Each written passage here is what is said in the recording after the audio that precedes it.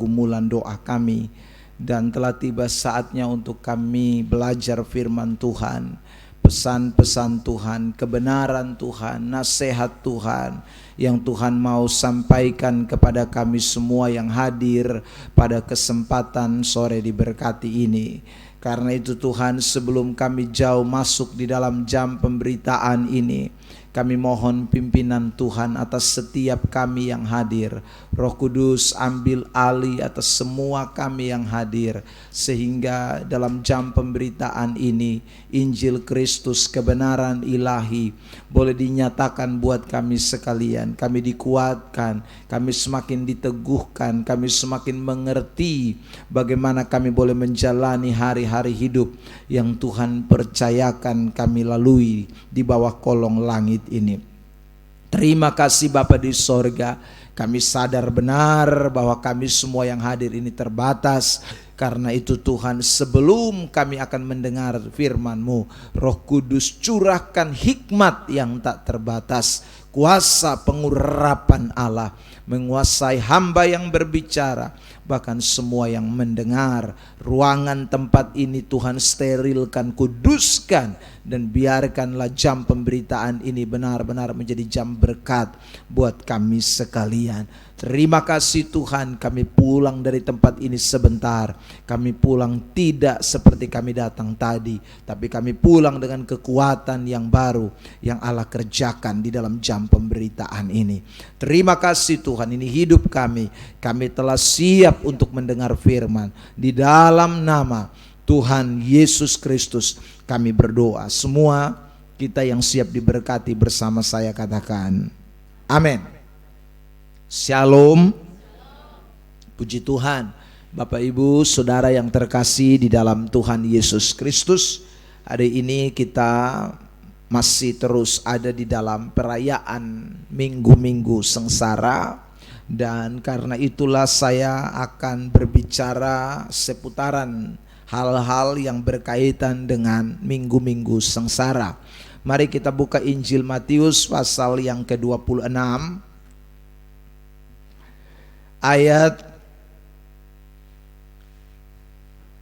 yang ke-39, ayat 42 dan ayat 44.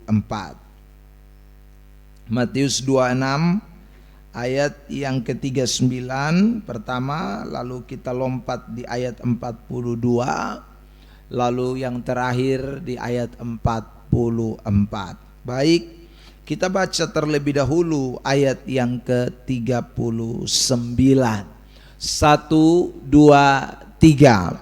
Maka ia maju sedikit, lalu sujud dan berdoa, katanya, "Ya Bapakku, jikalau sekiranya mungkin, biarlah cawan ini lalu daripadaku, tetapi janganlah seperti yang ku kehendaki, melainkan seperti yang Engkau kehendaki." 42.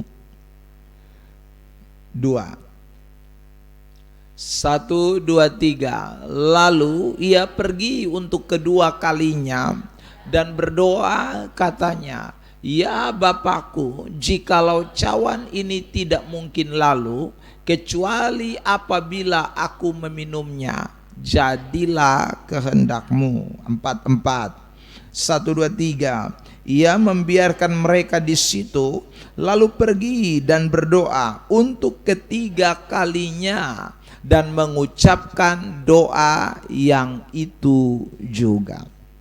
Saudara yang terkasih di dalam Tuhan Yesus Kristus, ketika kita membaca teks ini, kita harus menyadari, mengetahui bahwa Allah yang hadir atau Yesus Kristus yang hadir di dalam dunia ini, dialah hadir dalam dua hakikat. Hakikat kealahannya dan hakikat kemanusiaannya. Saudara yang terkasih di dalam Tuhan, ayat yang kita baca ini sedang membicarakan tentang Yesus Kristus di dalam hakikat kemanusiaannya, ya. Jadi ini tidak boleh disorot dalam hakikat kealahannya, tetapi ini kita harus sorot dari hakikat kemanusiaan Yesus. Ingat bahwa hakikat kemanusiaan Yesus itu adalah 100% manusia asli. Lalu yang kedua, hakikat kealahannya juga 100% memang dia adalah Allah. Nah, di dalam Alkitab itu, saudara, ketika Yesus datang ke dalam dunia, dia memainkan dua peranan. Ada kalanya dia memainkan peranan dalam hakikat kealahannya, tetapi ada saat di mana dia memainkan peranan dalam hakikat kemanusiaannya. Ketika dia memainkan peranan dalam hakikat kealahannya, dia sedang menyatakan dirinya sebagai Allah yang harus dipercayai. Dia sebagai Allah yang adalah juru selamat. Dia sebagai Allah yang adalah pencipta alam semesta. Dia sebagai Allah yang adalah penguasa kehidupan ini. Tetapi ketika dia hadir sebagai hakikat kemanusiaan, saudara, dia sedang memberikan contoh-contoh, memberikan keteladanan iman, keteladanan rohani, yang mana dia rindu sebagai kita orang-orang percaya atau manusia sejati ini, kita meneladani apa yang dicontohkan di dalam hakikat kealahan Tuhan Yesus Kristus. Saudara terkasih dalam Tuhan, waktu kita membaca teks tentang Yesus berjalan di atas air, itu bicara soal hakikat kealahannya. Jadi saudara jangan coba-coba pergi di pelabuhan feri lalu bilang saya tidak bisa beli tiket, saya mau berangkat pi Sumba, langsung saudara jufoe jalan di atas air. Itu tidak bisa dijadikan contoh. Tapi jalan di atas air itu bicara soal hakikat kealahan Yesus. Saudara, yang mau memberitahu kepada kita bahwa Allah kita tuh luar biasa, dia mengatasi alam semesta. Kalau dia bisa berjalan di atas air, saudara, itu menunjukkan bahwa dia Allah 100%. Dia bukan manusia biasa. Nah, saudara yang terkasih dalam Tuhan, dia apalagi membangkitkan orang mati. Nah, itu juga kita tidak bisa lihat dalam sisi kemanusiaannya, itu dia dalam sisi kealahannya. Saudara yang terkasih dalam Tuhan, jadi kita juga jangan foe-foe orang meninggal lalu kita bilang tidak usah kubur, kita semua mete 3 hari 3 malam, kita doa puasa dan dia akan bangkit. Itu kok saudara, itu Allah, dia beda. Memang dalam satu bagian tertentu kebenaran, Alkitab juga mengatakan tidak ada yang mustahil bagi Allah. Saudaraku, tidak ada yang mustahil bagi orang percaya. Tapi itu bukanlah contoh supaya setiap orang meninggal kita akhirnya tidak kuburkan, kita hanya doa supaya bangkit terus. Saudara, itu tidak bisa. Itu adalah Yesus memberi pernyataan bahwa dia berkuasa atas kematian. Dia mampu membangkitkan orang mati. Sekalipun sudah dikubur 4 hari, dia berkata, Lazarus keluarlah. Maka keluarlah Lazarus dari kubur. Saudara yang terkasih dalam Tuhan, itu hakikat kealahannya, ya. Satu ketika kemudian dia bikin mujizat 5 roti 2 ikan, habis selesai dia bikin mujizat, saudara, kasih makan banyak orang, dia tiba-tiba menghilang, ya. Yesus di mana? Saudara yang terkasih dalam Tuhan. Nah, ini dia sedang memainkan peranan kealahannya, ya. Dia adalah Allah yang maha hadir. Dia bisa hadir, saudaraku, di mana saja, ya. Saudara, orang cari dia, orang tidak bisa ketemu dia, padahal dia sudah ada di tempat lain. Nah, itu dia sedang menggunakan hakikat kealahannya. Tapi dalam kasus tertentu kita menemukan di dalam cerita Alkitab, secara khusus kisah-kisah tentang Yesus, Yesus memainkan peranan dalam hakikat kemanusiaannya. Dan salah satunya adalah dalam Matius pasal 26 ayat yang ke-39, ayat 42 dan ayat yang ke-44. 3 kali Yesus mengucapkan doa yang sama. Doanya adalah, Bapakku, jikalau cawan ini tidak mungkin lalu, kecuali apabila aku meminumnya, jadilah kehendakmu. Dikatakan lagi di ayat 39 tadi, ya Bapakku, jikalau sekiranya mungkin, biarlah cawan ini lalu daripadaku, tetapi janganlah seperti yang kau kehendaki, melainkan seperti yang engkau kehendaki. Nah saudara, doa Tuhan Yesus ini yang saya mau ajak kita untuk belajar bersama-sama. Doa Tuhan Yesus ini dalam hakikat kemanusiaannya, dia sedang mengedepankan tentang kedaulatan Allah. Ketika dia berkata, Bapakku, jikalau sekiranya mungkin biarlah cawan ini lalu daripadaku. Itu isi permintaan dalam hakikat kemanusiaan. Tetapi kalimat ini selanjutnya, janganlah seperti yang kau kehendaki. Ini bicara soal kedaulatan Allah. Apa itu kedaulatan Allah? Kedaulatan Allah itu artinya menyatakan kepada Allah bahwa Allah itu di atas segala-galanya. Allah itu dia adalah maha tinggi, maha kuasa. Dialah yang dapat memberikan keputusan-keputusan. Itu adalah bicara soal kedaulatan Allah. Jadi ketika Yesus berdoa, dia menyatakan, saudaraku, keinginannya. Dia menyatakan kerinduannya. Dia menyatakan permohonannya, permintaannya. Tetapi dibalik daripada permintaan dan kerinduannya itu, dia juga mengetahui bahwa ada yang namanya kedaulatan Allah di atas segala permintaan, di atas segala permohonan, di atas dari segala kerinduan dia dalam hakikat sebagai manusia. Saudara, doa 3 kali itu menunjukkan kesungguhan, ya. Saudara, kalau membaca Alkitab ada hal-hal yang diulang-ulang ya 3 kali, itu menunjukkan kesungguhan atau sesuatu yang betul-betul puncak itu. Betul-betul bukan main-main itu. Itu namanya angka 3 bagi orang Yahudi. Misalnya ketika dikatakan kudus, kudus, kudus. Kenapa 3 kali? Saudara, itu menunjukkan bahwa memang kekudusan itu sesuatu yang betul-betul sungguh-sungguh kudus. Allah itu kudus. Saudara yang terkasih dalam Tuhan. Nah, dalam bagian ini juga begitu. Doa Tuhan ini bukan doa main-main, ini doa kesungguhan yang dinyatakan kepada Bapa, ya. Yesus menyatakan kepada Bapa bahwa dia memang punya sebuah kerinduan, tapi dia mau tunduk kepada kedaulatan Allah. Nah, hari ini saya ajak kita untuk belajar dari kebenaran ini dengan tema doa dalam kedaulatan Allah. Banyak orang Kristen berdoa, tapi mereka tidak berdoa dalam kedaulatan Allah, ya. Banyak orang Kristen itu berdoa hanya pada poin yang pertama saja, minta saja, mohon saja, nyatakan kerinduan, nyatakan kehendak, tapi tidak tunduk kepada kedaulatan Allah. Nah, saya ulangi lagi bahwa ini contoh buat kita semua, bahwa berdoa itu adalah sesuatu yang penting, tapi bukan hanya sekedar berdoa.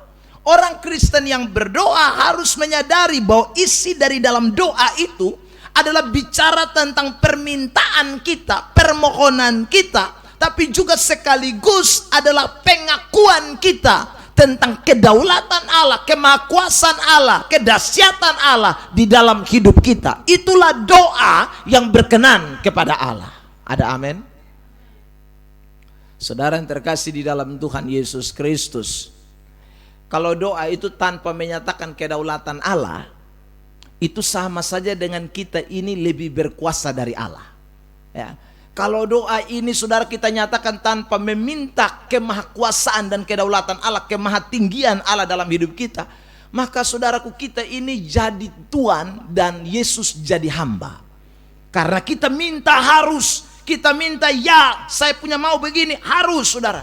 Tanpa memikirkan kedaulatan Allah itu di dalam hidup kita, itu sesuatu yang tidak mungkin, saudara yang terkasih dalam Tuhan. Nah, hari ini kita akan belajar dari doa ini sekali lagi. Apa saja yang terjadi ketika orang berdoa di dalam kedaulatan Allah. Saudara, waktu kita berdoa di dalam kedaulatan Allah, bisa saja mujizat tidak terjadi. Saya ulang.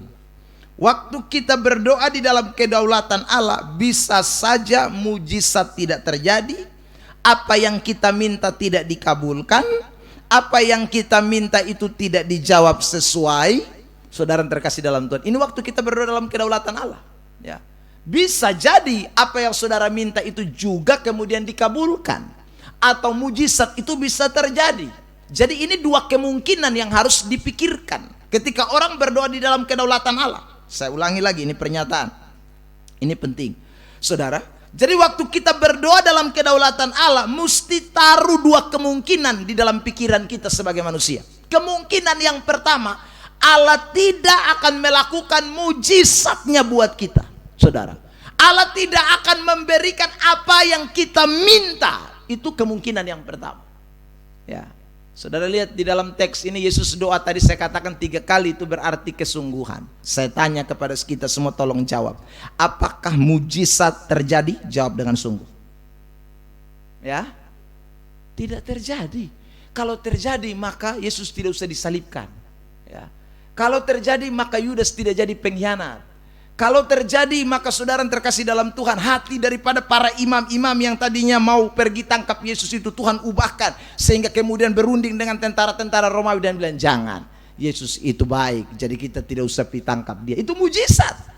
Atau saudara terkasih dalam Tuhan, waktu tiba-tiba Yesus di Taman Getsemani dan Yudas datang cium Yesus, lalu kemudian saudara tentara-tentara Romawi itu datang menangkap, tiba-tiba malaikat turun dari langit dan hantam ke step tabanting semua. Saudaraku, itu namanya mujizat terjadi. Tapi mujizat tidak terjadi. Ada amin? Saudara yang terkasih dalam Tuhan, jadi Yesus doa dengan sungguh-sungguh. Tapi ketika orang berdoa dalam kedaulatan Allah, saya ulangi lagi, ada kemungkinan Tuhan tidak akan melakukan apa yang kita minta. Ketika kita berdoa dalam kedaulatan Allah, sekali lagi ada kemungkinan apa yang kita minta itu justru tidak dinyatakan kepada kita. Tapi orang yang berdoa dalam kedaulatan Allah yakin bahwa apapun yang Tuhan perbuat itu dahsyat, luar biasa, dan sangat baik buat kita sekalian. Ada amin? Saudara, tapi begini, meskipun Tuhan tidak menjawab sesuai dengan apa yang diminta, namun setiap orang yang berdoa di dalam kedaulatan Allah itu pasti beroleh kekuatan. Ada amin? Sama-sama bilang, saya pasti dapat kekuatan. Nah, saudara sekarang lihat ini. Kita belajar dari Yesus Kristus. Kita baca dulu Lukas 22 ayat 43. Lukas pasal 22 ayat 43. Lukas 22 ayat 43. Oke. Mari kita baca bersama-sama dalam hitungan yang ketiga. Ya, 1, 2, 3.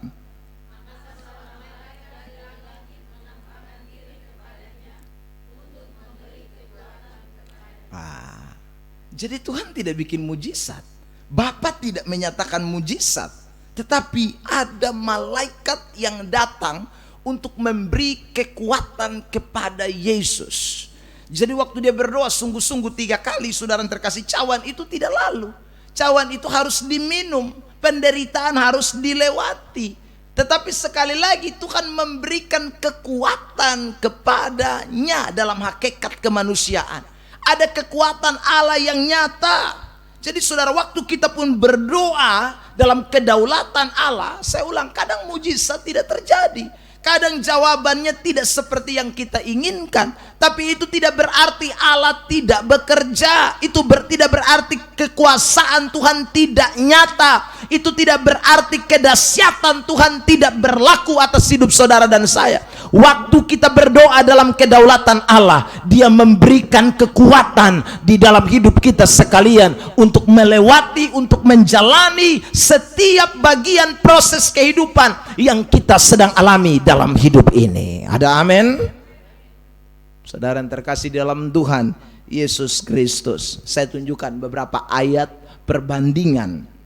Misalnya dalam kitab Yesaya pasal 40 ayat yang ke-28. Mari kita lihat ayat ini sampai dengan ayat yang ke-31.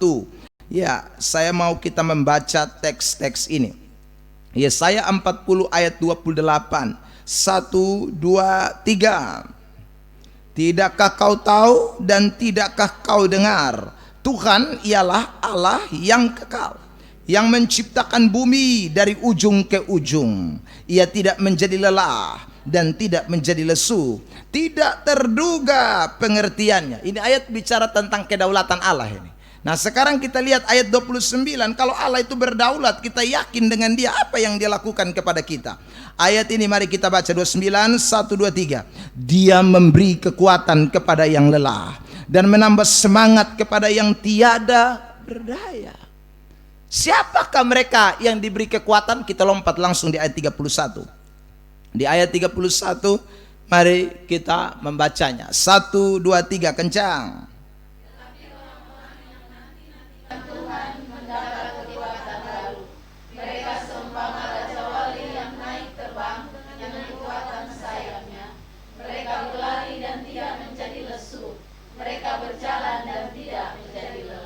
Amin. Ada amin? Bilang samping kiri kanan, mujizat bisa tidak terjadi, tapi kekuatan Allah pasti nyata. Ya. Jadi kalau saudara berdoa, kadang-kadang sakitmu tidak sembuh, tetapi Tuhan kasih kekuatan untuk bisa melewati setiap sakit penyakit yang saudara alami. Ada amin? Kadang saudara berdoa, Tuhan kasih saya uang, kasih saya berkat. Tapi Tuhan tidak kasih saudara uang, tapi Dia kasih kekuatan untuk saudara bisa melewati masa-masa kritis, masa-masa sukar, masa-masa kekurangan. Tuhan kasih kekuatan. Saudara, kadang saudara berdoa, Tuhan ini masalah ini sudah terlalu lama, beta hitung-hitung dari tahun 1980 misalnya, ya saudara, kok ini tidak habis-habis Tuhan, ini sudah 40-an tahun ini Tuhan. Tapi saudara, kalau Anda bisa hidup dari tahun 1980 sampai ini hari 2024, itu artinya Tuhan kasih kekuatan buat saudara. Beri tepuk tangan yang terbaik buat saudara Tuhan Yesus, amin. Ya. Jadi kalau saudara berdoa, jangan selalu memaksa Tuhan harus mujizat. Orang berdoa dalam kedaulatan Allah itu yakin bahwa kadang Tuhan tidak akan buat apa yang saya minta, tapi saya percaya Tuhan akan memberikan kekuatan kepada orang-orang yang menanti-nantikan Tuhan. Kata menanti-nantikan itu bicara soal kita berdoa dengan sungguh-sungguh. Kata menanti-nantikan itu bicara soal kita benar-benar ada di dalam hadirat Allah. Orang-orang seperti ini tidak akan dibiarkan oleh Tuhan. Dia akan memberikan kekuatan kepada saudara. Itulah yang Tuhan nyatakan dalam hidup kita setiap hari. Lihat ini contoh lagi ya. 2 Korintus 12 ya saudara, Rasul Paulus ayat 9. Mari kita lihat ini. Saudara yang terkasih dalam Tuhan, mari kita baca ini ayat 2 Korintus pasal yang ke-12 ayat yang ke-9. Mari kita baca ya. 1, 2, 3. Tetapi jawab Tuhan kepadaku, cukuplah kasih karuniaku bagimu, sebab justru dalam kelemahanlah kuasaku menjadi. Sekarang kita ganti itu kata kuasa dengan kekuatan ya, kita baca ulang dari awal. 1, 2, 3. Tetapi jawab Tuhan kepadaku, cukuplah kasih karuniaku bagimu, sebab justru dalam kelemahanlah kekuatanku menjadi sempurna. Sebab itu terlebih suka aku bermegah atas kelemahanku, supaya kekuatan Kristus turun menaungi aku. Tepuk tangan yang terbaik buat Tuhan Yesus Kristus. Kapan ini ayat 9 muncul? Kita mundur di ayat 8. Perhatikan 2 Korintus 12 ayat 8. 1, 2, 3. Tentang hal itu aku sudah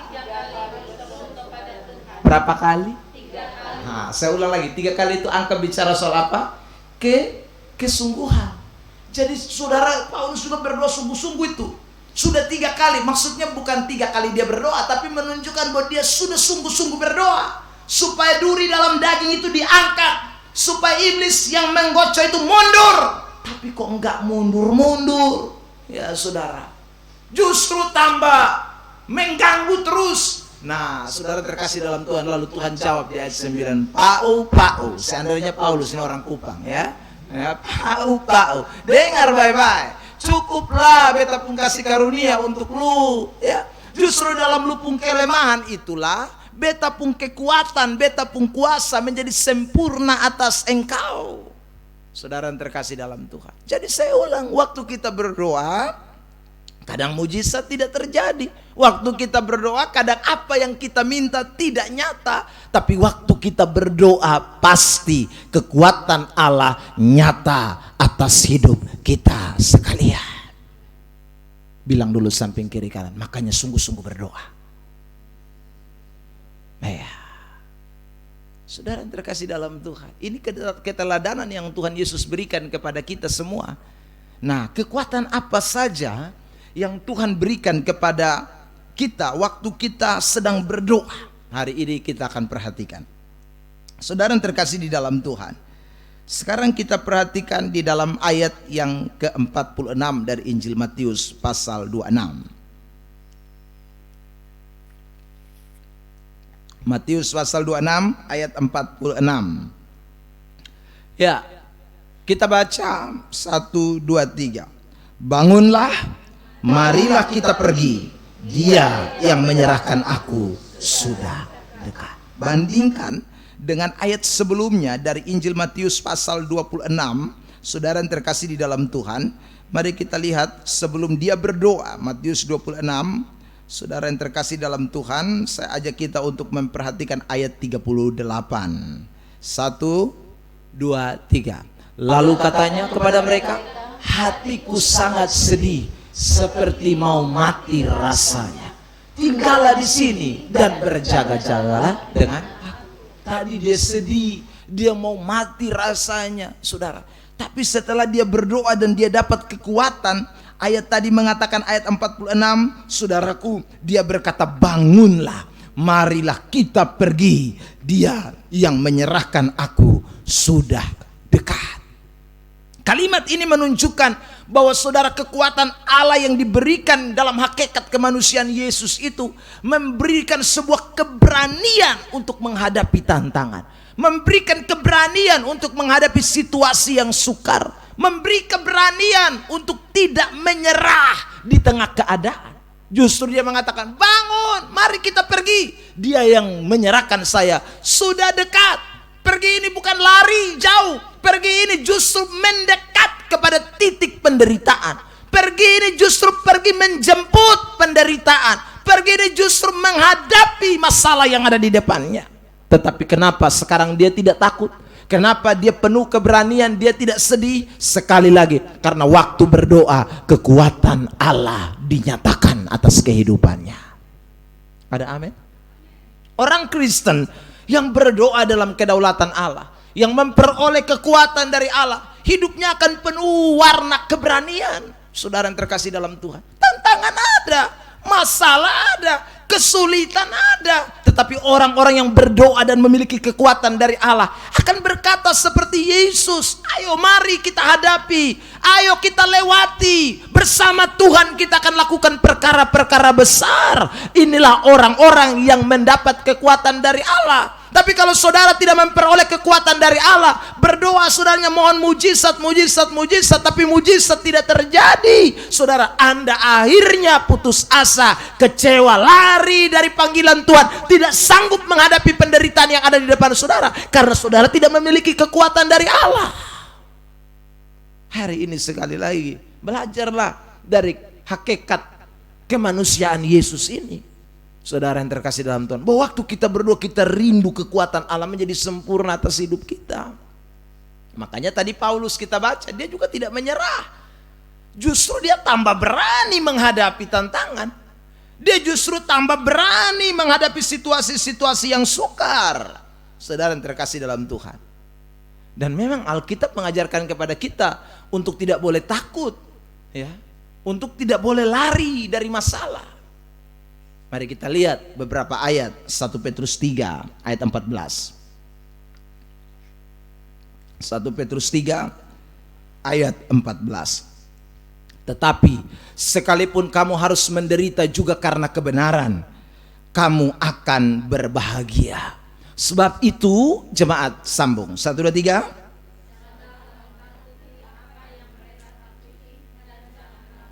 Ya, ini ayat menunjukkan kepada kita harus berani. Ya, tapi saya ulang, bagaimana kita bisa berani kalau kita tidak punya kekuatan dari Allah? Hanya orang-orang yang menanti-nantikan Tuhanlah, yang hidup di dalam kedaulatan Allah, yang berdoa dalam kedaulatan Allah, mereka akan berani sekali. Wahyu pasal 2 ayat 10, jemaat Smyrna juga begitu. Saudara, ada ayat yang mengatakan jangan kamu takut akan apa yang harus kamu derita. Wahyu pasal 2 ayat 10 itu, ya. Aku akan melemparkan kamu, ya, untuk apa? Dalam penjara supaya kamu dicobai, kamu akan beroleh kesusahan selama 10 hari. Ya. Penderitaan akan dialami. Tapi jemaat Smyrna ini jemaat bukan jemaat penakut, bukan jemaat yang lari, pengecut, bukan. Mereka jemaat yang menghadapi penuh dengan keberanian. Saya ulang, kenapa ini semua bisa terjadi? Karena ada kekuatan yang Allah nyatakan. Jadi kekuatan yang Allah nyatakan itu memberi kita spirit keberanian, memberikan kita roh keberanian untuk menghadapi setiap situasi yang sukar dalam hidup ini. Saudara yang terkasih dalam Tuhan, iblis kan ingin membuat kita ada dalam ketakutan. Iblis itu cara kerjanya membuat orang ada dalam ketakutan. Masalah yang dia kirim saudaraku ya untuk kita hadapi, yang kita lewati, itu hanyalah sebuah sarana untuk menakut-nakuti kita. Karena itu saudara, kita mesti memiliki keberanian. Saudara bayangkan saja orang mulai takut dengan masa depan, takut dengan keuangannya, takut menghadapi masalah, takut, semuanya penuh dengan ketakutan. Karena itu doa menjadi kekuatan. Tapi saya ulang, berdoalah dalam kedaulatan Allah. Ya, ketika kita berdoa dalam kedaulatan Allah, maka mujizat bisa tidak terjadi. Saudara, kita mungkin berdoa, kita minta supaya Indonesia diberkati, kita minta punya pemimpin bangsa yang baik. Saudara, kita berdoa. Tapi sekali lagi, kita kan tidak punya kendali. Yang maha kuasa Tuhan Allah. Kalau Tuhan tidak mengizinkan apa yang kita doa itu menjadi nyata, Tuhan tetap beri kekuatan kepada kita untuk hidup di ini negara yang mungkin pemerintahannya tidak mendukung kita, ya. Tapi kita akan diberi kekuatan untuk bisa melewati, karena Dia Allah yang beri keberanian kepada kita untuk tidak menyerah. Saudara yang terkasih dalam Tuhan, saya beberapa hari yang lalu, ya tepatnya sudah mau 1 minggu ini, sudah 1 minggu lebih, hari Jumat, saya ingat saudara, saya pergi ke rumah sakit WZ Yohanes Kupang untuk mendoakan orang sakit di sana. Ya, saya jumpa dengan seorang ibu yang punya kolesterol tinggi, punya gula darah, punya asam urat, punya jantung. Semua penyakit ada dalam debu tubuh. Saudara yang terkasih dalam Tuhan, ya. Saya sudah berdoa lewat telepon, tapi ibu ini bilang, "Bapak, kalau ada kesempatan datang lihat beta dulu di WZ Yohanes." Tapi nada-nada menangis, ya, nada-nada penuh dengan kesusahan. Saudara yang terkasih dalam Tuhan, saya kemudian menyempatkan diri bersama istri pergi menjenguk. Ya, waktu di rumah sakit, saya melihat dia ada di dalam sebuah penderitaan karena penyakit yang dia alami itu. Ya. Saudara, saya bilang, "Ibu, saya tidak mengalami apa yang ibu alami. Ya. Saya juga tidak merasakan apa yang ibu rasakan. Tapi saya bukan menyampaikan karena saya tidak merasakan. Saya menyampaikan bukan karena saya tidak mengalami, saudara, tapi saya menyampaikan karena ini kebenaran. Ya. Saya tahu kalau Tuhan izinkan ibu mengalami ini, itu berarti Tuhan itu tidak pernah tinggalkan. Tuhan itu punya rencana yang indah, dan Tuhan itu memberi kekuatan. Saya kutip beberapa ayat 1 Korintus pasal 10 misalnya ayat 13 yang mengatakan pencobaan-pencobaan yang kamu alami itu adalah pencobaan-pencobaan biasa. Waktu kita baca itu, lalu ibu ini mungkin dengar ini ayat, mungkin dia bilang begini, "Pak Pendeta pikir kolesterol itu biasa, darah tinggi itu biasa." Ya saudara, gula darah itu biasa, penyakit jantung itu biasa. Mungkin saudara, ya. Itu dari kacamata kita manusia. Tapi maka tadi saya bilang, saya tidak mau bicara karena saya tidak mengalami, tetapi ini kebenaran, saudara.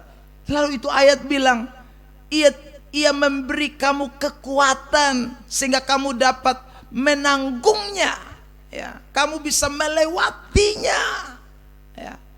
Itu yang tidak melebihi kekuatan manusia, sebab Allah setia, dan karena itu Ia akan membiarkan kamu dicoba melampaui kekuatanmu. Pada waktu kamu dicoba, Ia memberikan kepadamu jalan keluar sehingga kamu dapat menanggungnya.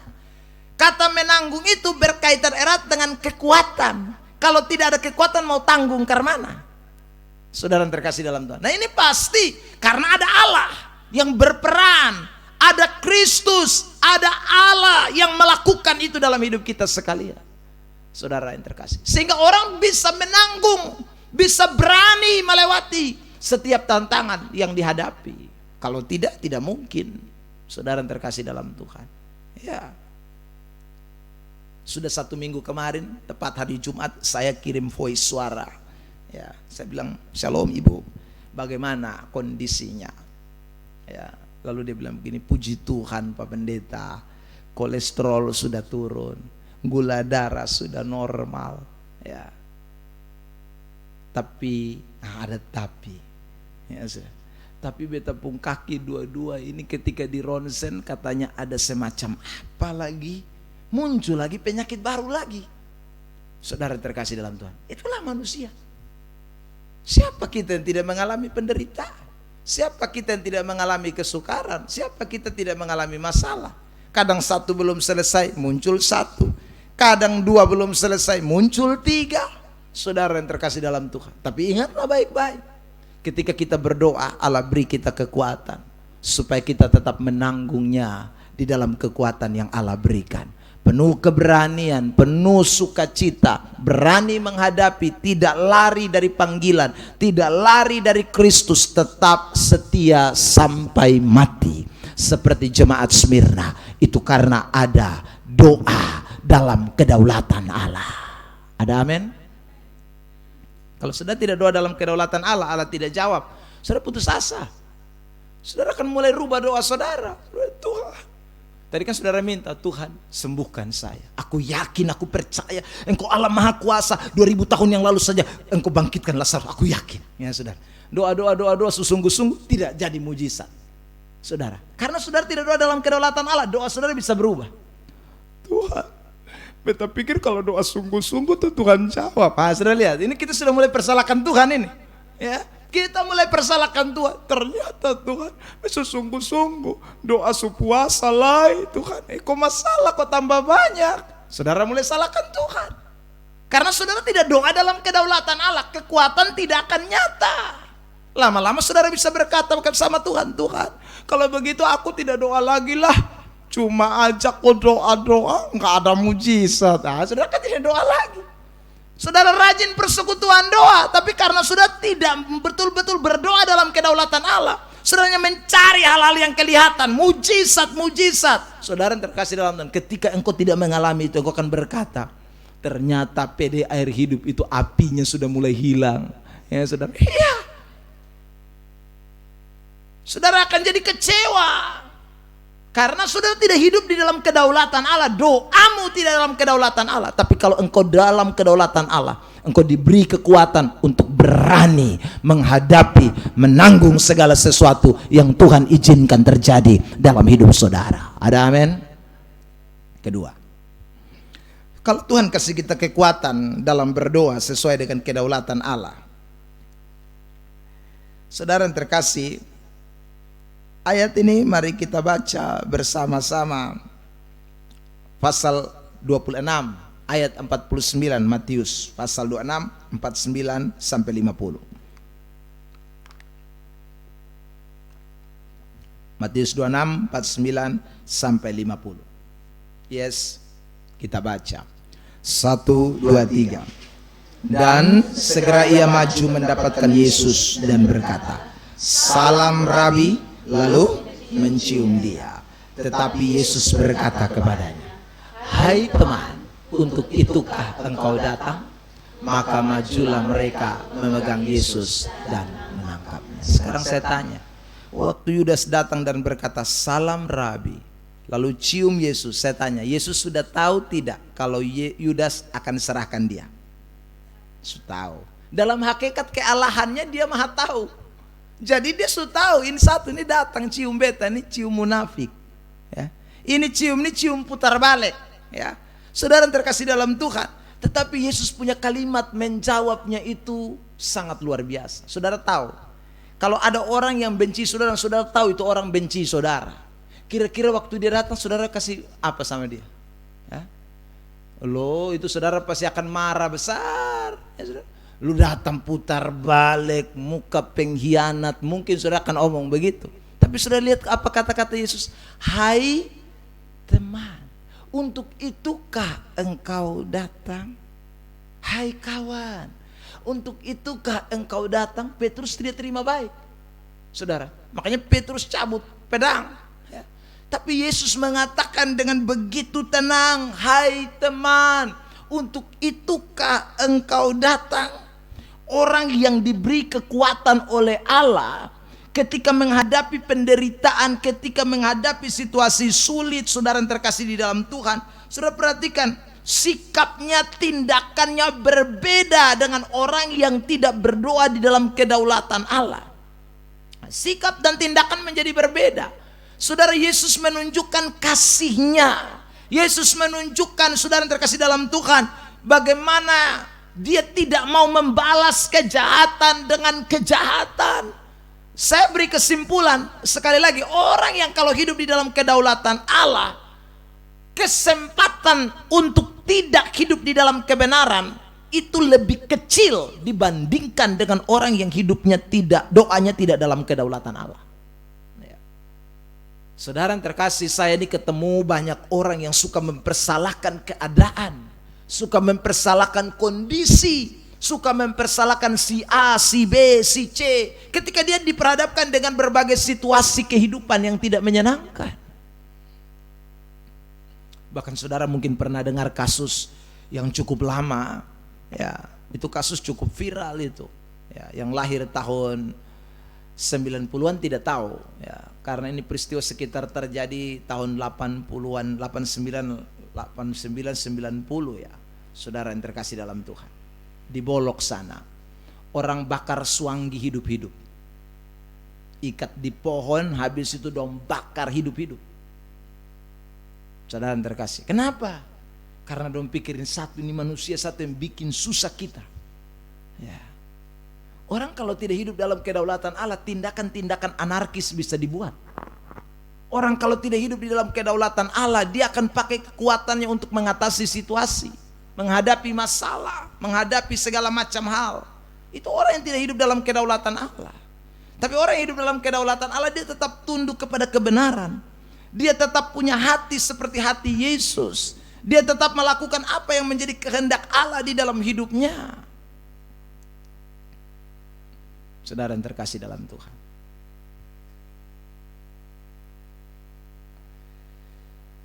saya ini sering, ya, dicaci maki, dihina, segala macam. Saudara, saya khotbah satu kali di gereja saya, saudara. Saya khotbah, lalu kemudian jemaat ini tidak suka dengan apa yang saya khotbahkan. Ya, selesai khotbah, dia datang di pastori, saudara. Saya pikir dia mau omong baik-baik juga. Dia bilang, saya tahu Bapak khotbah itu menjurus ke saya. Ya, dia marah, saudara terkasih dalam Tuhan.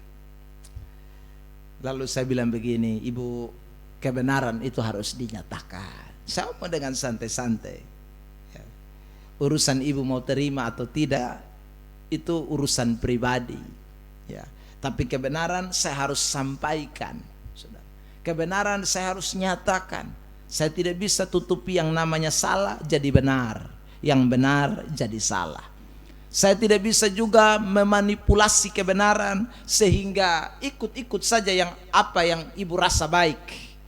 Yang namanya kebenaran, ya apa yang Alkitab katakan disampaikan dengan terang-terangan, apa yang Alkitab katakan disampaikan dengan sejujur-jujurnya. Saudara yang terkasih dalam Tuhan. Mulai dari saat itu, ibu ini datang gereja setia, saudara. Tapi dia tidak mau jabat tangan, ya. Saudara, kalau pulang dia putar kiri langsung fuik hilang, ya. Saudara yang terkasih dalam Tuhan. Tapi sebagai hamba Tuhan, saudara, tidak boleh ada kebencian, tidak boleh ada dendam. Kalau saya dendam, maka waktu saya doa pasti saya akan sebut, Tuhan, kutukilah ibu ini. Karena dia sudah kepala batu, kasih tahu dia tidak ingat lagi, dia tambah kepala batu lagi. Saudara, kalau bisa Tuhan hancurkanlah hidupnya. Saya tidak pernah berdoa begitu. Selalu doa berkat, selalu doa memberkati, selalu doa memberkati. Saudara yang terkasih dalam Tuhan. Satu kelak, saudara, dia menghadapi situasi yang sangat sulit dan sangat sukar. Saudara bayangkan, dia tidak pernah jabat tangan dengan saya. Ya, meskipun dia datang gereja, menghindar, pokoknya ada saja cara. Tapi di saat itu mau tidak mau harus saya yang pergi, ya saudara. Maka Dia mungkin mau telepon juga berat, tidak juga berat, saudara. Akhirnya dia utus dia anak datang, kasih tahu, tolong dulu bapak, mama. Mama kenapa, saya tanya. Wih, mama ada parah, ya, ada sakit, hanya merontak kiri, merontak kanan. Saudara yang terkasih dalam Tuhan, padahal saya tidak pernah berdoa kutuk itu. Doanya selalu memberkati. Ya, saudaraku, kalau saya mau taruh benci dan dendam di dalam hati, karena setiap minggu orang lain jabat tangan, dia sendiri yang tidak mau jabat tangan. Ya, dia tidak mau kasih muka. Kalau saya taruh dia punya tingkah laku itu di dalam saya punya otak, saudara, maka pasti saya tidak akan mau berdoa. Maka saya tinggal kirim surat, kasih tahu lupu mama bertobat dulu baru saya pi. Ya kan begitu. Tapi kan tidak. Sekali lagi kita belajar dari apa yang Yesus sendiri lakukan. Orang yang berdoa dalam kedaulatan Allah diberi keberanian sudah, tapi juga diberi, saudaraku, kekuatan untuk bisa melakukan kebenaran di dalam hidupnya. Untuk tidak membalas kejahatan dengan kejahatan, untuk menaruh kasih kepada banyak orang. Itu yang Tuhan berikan. Dan itu hanya bisa terjadi bagi orang-orang yang berdoa dalam kedaulatan Allah. Ada amin? Saudara yang terkasih, akhirnya saya pergi berdoa. Waktu saya pergi berdoa, saudara, saya sampai di kamarnya, lalu kemudian saya dengan istri masuk. Waduh, mama tua menangis setengah mati. Saudara yang terkasih dalam Tuhan, dia minta maaf, minta ampun, minta maaf. Kita bilang, kita semua mengampuni dan memaafkan dari dulu kala. Ya saudara, ya memang sebagai manusia orang punya sikap itu kita tidak bisa lupa. Dia pun muka asam, dia pun, saudaraku, sonemo sorong tangan, itu kita tidak bisa lupa. Kita jangan pura-pura amnesia. Ya, saudaraku, kalau ada orang yang bilang, saya tidak ingat, tidak mungkin, Anda pasti ingat. Tetapi Tuhan kasih kekuatan untuk tidak boleh balas dia pun muka asam. Tuhan kasih kekuatan untuk tidak boleh balas ketika dia tidak memberikan jabatan tangan. Tuhan kasih kekuatan untuk saudara tetap berbagi kasih, melakukan kebenaran. Itu orang-orang yang hidup di dalam doa dan kedaulatan Allah. Amin. Jadi kalau saudara bilang saudara berdoa tapi benci orang, itu doa musrubah. Ya. Kalau saudara bilang saudara berdoa, tapi saudara tiap kali berdoa hanya kutuk orang, hanya ungkapkan di hadapan Tuhan saudara pun perasaan karena orang kecewakan saudara, maka saya ulang, Anda bukan berdoa dalam kedaulatan Allah. Orang yang berdoa dalam kedaulatan Allah selalu diberi kekuatan untuk bukan hanya berani menghadapi masalah, tetapi tetap melakukan kebenaran di atas segala-galanya. Ada amin?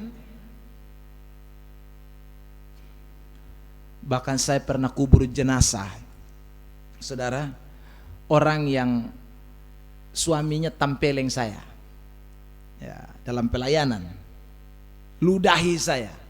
Tapi waktu depu istri meninggal, saya yang pikubur. Seandainya saya ada dendam, seandainya, saudaraku, maka waktu pukul peti jenazah itu saya pasti habok, bukan main gila. Bila perlu saya toki di depan kepala satu kali itu, ya saudara. Ya, atau saudara yang terkasih dalam Tuhan, saya bisa bikin hal-hal yang aneh, ini kesempatan balas dendam kan? Ya, tapi itu tidak. Sekali lagi, kita ini kan seorang yang hidup betul-betul bukan hanya sekedar doa-doa. Kita ini hidup dalam kedaulatan Allah. Kita harus tahu bahwa semua yang Allah buat itu punya rancangan. Makanya saudara lihat, belajar dari Yesus dan juga belajar dari Yusuf itu, ya. Yusuf itu mengatakan dalam kitab Kejadian bahwa Allah mereka-rekakan, pasal 50 ya saudara, Allah mereka-rekakan, manusia merekakan apa yang jahat, tetapi Allah itu mereka-rekakan sesuatu yang baik. Orang yang hidup dalam kedaulatan Allah itu seperti itu. Dia menyadari bahwa memang manusia ini kadang-kadang setan bisa pakai, ya. Manusia ini setan bisa pakai, sama seperti Yudas itu setan pakai. Tapi saudaraku, kita ini harus tahu bahwa setan pakai ini orang semua untuk menggocok iman kita, memproses iman kita, dan Tuhan mau merancangkan sesuatu yang baik di balik daripada proses iman itu. Makanya saudara yang terkasih dalam Tuhan, Yusuf diangkat, Yusuf tetap memberkati saudara-saudaranya, dia tidak ada kebencian sedikit pun. Kalau dia ada kebencian, dia akan suruh kamu pulang, kau mati lapar di bosan daerah sana, suruh bosan jual beta, suka masuk dalam sumur lai, jual beta lai. Tapi sekali lagi, orang yang doa dalam kedaulatan Allah diberi kekuatan untuk mengasihi dan tidak membalas kejahatan dengan kejahatan. Ada amin? Ada amin? Tanya samping kiri kanan, kamu suka berdoa? Tanya lagi, tapi kamu suka benci orang atau tidak? Jangan sampai masih benci orang. Ya saudara, itu berhenti berdoa lebay. Ya. Karena doa apa kok benci orang tidak tahu habis-habis. Waduh, itu berat itu. Yang terakhir, saudara terkasih dalam Tuhan, kalau Anda diberi kekuatan oleh Tuhan, mari kita lihat ayat 51, 52, 51, 52, kita perhatikan, lalu 54, Matius 26. 51, 52 dan 54. Oke, Matius 26. 1, 2, 3. Tetapi seorang dari mereka yang menyertai Yesus mengulurkan tangannya, menghunus pedangnya dan menetakkan kepada hamba imam besar sehingga putus telinganya. Lanjut ayat 52. 1, 2, 3.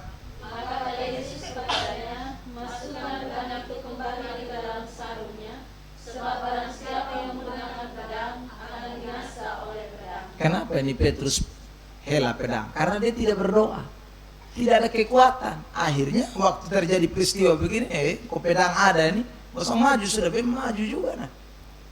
Ya sudah, karena tidak berdoa, tidak ada kekuatan untuk bisa tidak membalas kejahatan dengan kejahatan. Tidak ada kekuatan. 54, mari kita lihat 54, 56. 1, 2, 3. Jika begitu, bagaimanakah akan digenapi yang tertulis dalam kitab suci yang mengatakan bahwa harus terjadi demikian? 56. Akan tetapi semua ini terjadi supaya genap yang ada tertulis dalam kitab nabi-nabi. Lalu semua murid itu meninggalkan dia dan melarikan dia. Saudara, setiap peristiwa dalam hidup ini adalah penggenapan firman Allah. Ini kita tidak boleh lupa, ya. Ada lagu yang mengatakan hidupku menggenapi firman. Jadi saudara ingat, hidup ini menggenapi firman Allah. Jadi kalau Tuhan sudah bilang kamu akan dibenci, pasti kamu akan dibenci. Hidup ini menggenapi firman Allah. Jadi kalau Tuhan bilang ikut Tuhan itu pikul salib, pasti kita pikul salib. Hidup ikut Tuhan itu adalah penggenapan firman Allah.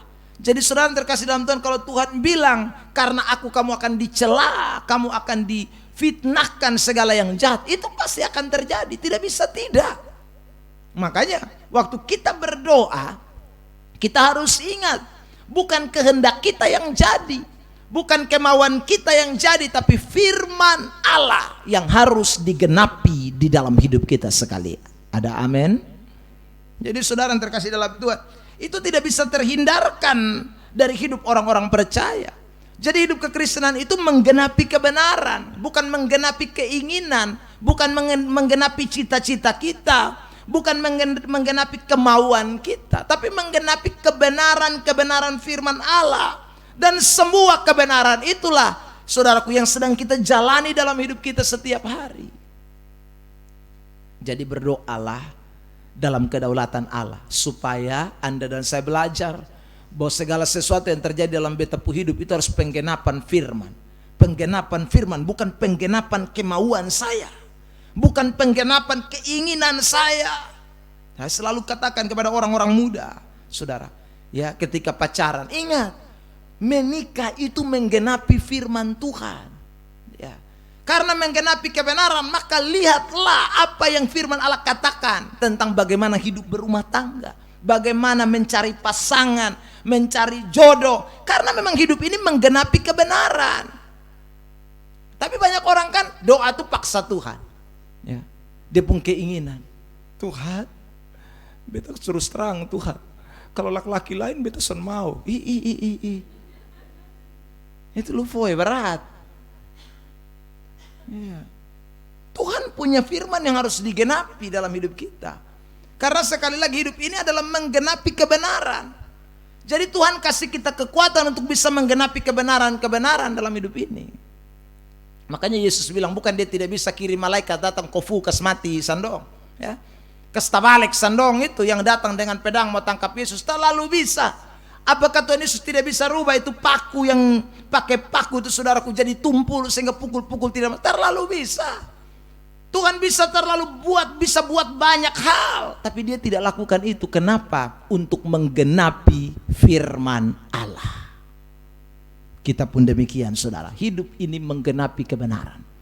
Orang-orang yang berdoa dalam kedaulatan Allah diberi kekuatan untuk menggenapi kebenaran di dalam hidupnya. Pergumulan apapun dengar baik-baik, jangan paksa ketongpung keinginan. Tapi Tuhan, ini Tuhan pu maksud apa? Tuhan pu mau karmana, saudaraku. Ini Tuhan pun keinginan seperti apa? Ini yang kita mesti cari tahu, ya. Jangan paksa kita pun keinginan. Karena yang terjadi dalam kehidupan kita itu adalah bagian dari semua penggenapan kebenaran. Buat apa Anda belajar firman, dengar khotbah tiap minggu, saudara?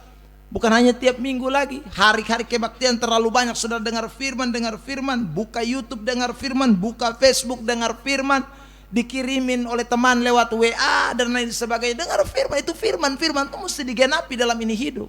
Tidak bisa tidak. Ya. Jadi kalau dengar kebenaran, kita semakin yakin bahwa ini kebenaran pasti berlaku atas hidup saya. Karena firman Tuhan itu tidak pernah kadaluarsa. Firman Tuhan itu tidak pernah expire. Firman Tuhan itu selalu relevan di dalam hidup kita, mulai dari sekarang ini bahkan sampai selama-lamanya. Ada amin? Karena itu Alkitab berkata, langit dan bumi akan berlalu, tapi firmanku akan tetap tinggal. Hidup ini sekali lagi berjalan berdasarkan kebenaran, dan karena itu hidup kita setiap hari adalah menggenapi firman Tuhan. Ada amin? Tuhan Yesus kiranya menolong dan memberkati kita semua yang hadir pada kesempatan sore hari ini. Ingat, doalah di dalam kedaulatan Allah. Orang yang berdoa dalam kedaulatan Allah bisa tidak lihat mujizat, tapi kekuatan Allah pasti nyata. Kekuatan itu memampukan kita berani menghadapi situasi. Kekuatan itu memampukan saudara dan saya untuk menyatakan kasih, tidak membalas kejahatan dengan kejahatan.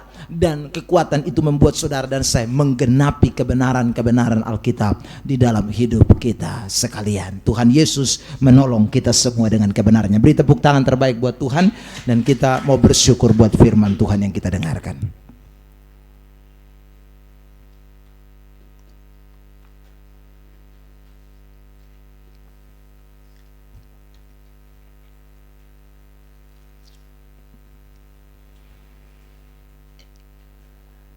Tuhan, kau sempurna.